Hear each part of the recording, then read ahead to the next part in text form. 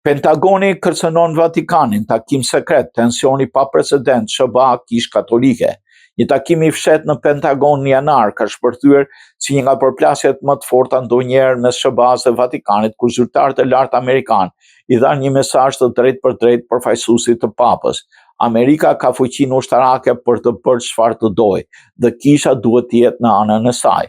Sipas një raportimi të publikuar nga The Free Press, i konfirmuar më pas nga burim të tjera pranë Vatikanit në këtë takim të mbyllur në Pentagon, zyrtari i lartë i mbrojtjes, Elbridge Colby, thiri kardinalin Christopher Pierre, përfaqësues të Selisë së Shenjtë në Shtetet e Bashkuara. Aty sipas burimeve, Colby dhe ekipi i tij mbajtën një leksion të gjatë për politikën globale dhe fuqinë amerikane, duke i thënë hapur kardinalit: Amerika ka fuqinë ushtarake të bëjë çfarë të dojë në botë. Kisha katolike duhet marrë anën e saj.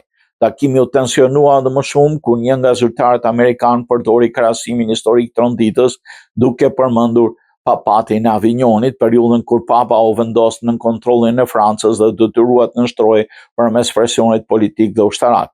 Ky referim u interpretua nga disa zyrtarë të Vatikanit si një kërcënim i drejtë për drejtë, duke lënë të kuptohet se edhe sot mund të ushtrohet presion të ngjashëm ndaj Selisë së Shenjtë. Takimi erdhi më njëherë pas fjalimit të gjendjes në botë nga Papa Leo XIV, ku ai kishte kritikuar diplomacinë globale që sipas tij po largohet nga dialogu dhe po zëvendësohet nga forca.